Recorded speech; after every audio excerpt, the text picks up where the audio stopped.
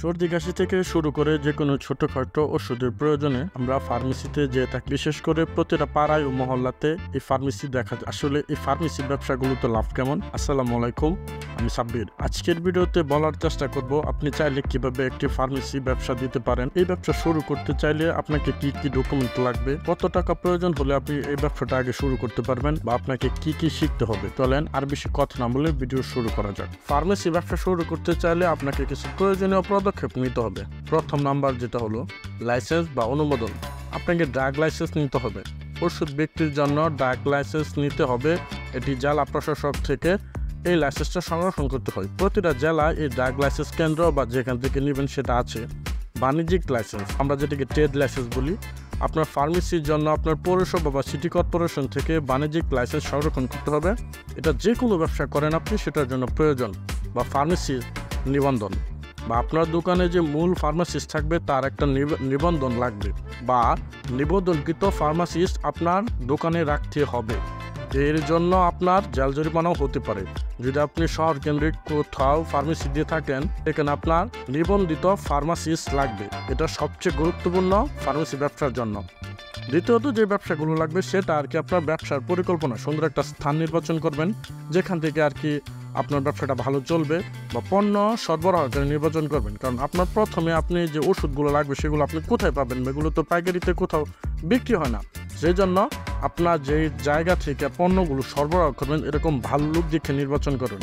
ভালো ব্র্যান্ডের পণ্যগুলো রাখবেন, যেমন স্কয়ার, ভালো ভালো যে বেক্সিমকো, যে ভালো ভালো ওষুধ তৈরি কোম্পানিগুলো আছে তাদের সাথে কথা বলবেন যে এই ওষুধগুলো ডাক্তাররা নিয়মিত প্রেসক্রাইব করে সেগুলো রাখবেন। আর প্রাথমিক যে মূলধনটা লাগবে, এই ব্যবসা শুরু করতে চাইলে আপনাকে একটু বেশি পরিসরে মূলধন দিয়ে শুরু করাটা ভালো।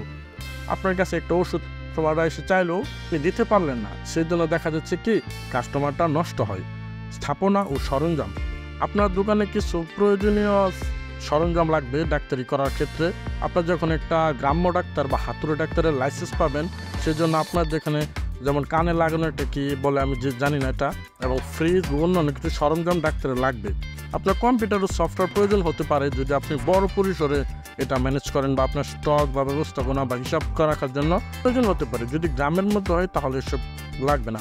তবে আইনগত দিক দিয়ে আপনার একটা টিন বা ট্যাক্স, এগুলা একটা কাগজ আছে, ট্যাক্স আইডেন্টিফিকেশন নাম্বার, এটা আপনার লাগতে পারে, বা ব্যাটারি রেজিস্ট্রেশন নাম্বার যদি প্রয়োজন হয়। তবে আপনার এলাকাতে কিছু প্রচার প্রচারণা থাকা ভালো। এগুলা ফার্মেসি ব্যবসাগুলো আসলে প্রচার প্রচারণা প্রয়োজন হয় না, কারণ এগুলো মানুষের মুখে আস্তে আস্তে হয়ে যায়।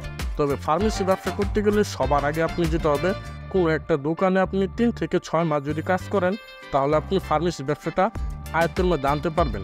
যারা করে বা যারা বড় পরিসরে ফার্মেসি ব্যবসা করতে চায়, যাদের করার একটা আগ্রহ থাকে, তারা প্রথমে 3 থেকে 4 মাস বা 3 থেকে 6 মাস বিনা পরিশ্রমিক, মানে কোনো টাকা পয়সা না নিয়ে শুধু খাবার খরচের জন্য অন্য দোকানে কাজ করে। যদি আপনি অন্য দোকানে কাজ করেন তাহলে ফার্মেসি ব্যবসা হতে পারে আপনার জন্য একটা লাভজনক ব্যবসা।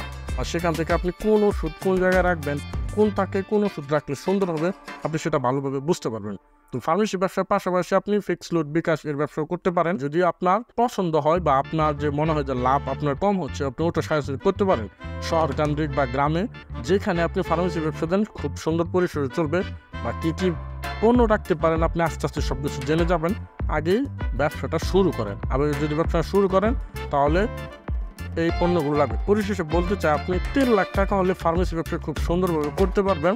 এবং অনুমোদন কী কী কাগজপত্র লাগবে এগুলো জানার আগে আপনি 3 থেকে 6 মাস অন্য একটা দোকানে কাজ করেন, তাহলে আপনি সব কিছু সুন্দরভাবে জেনে যাবেন, বা কি কি করতে হবে আপনি বুঝে পাবেন। এই ছিল আজকের ভিডিও। আপনি যদি আরো ব্যবসা সম্পর্কে জানতে চান, উপরে আই বাটনের লিঙ্ক দেওয়া আছে, সেখান থেকে দেখতে পারেন, বা স্ক্রিনের উপরে 2টি ভিডিও আছে, সেখান থেকে চাইলে দেখতে পারেন। দেখা হচ্ছে পরবর্তী কোনো ভিডিওতে। সেই পর্যন্ত ভালো থাকবেন, ভালো রাখবেন। ধন্যবাদ।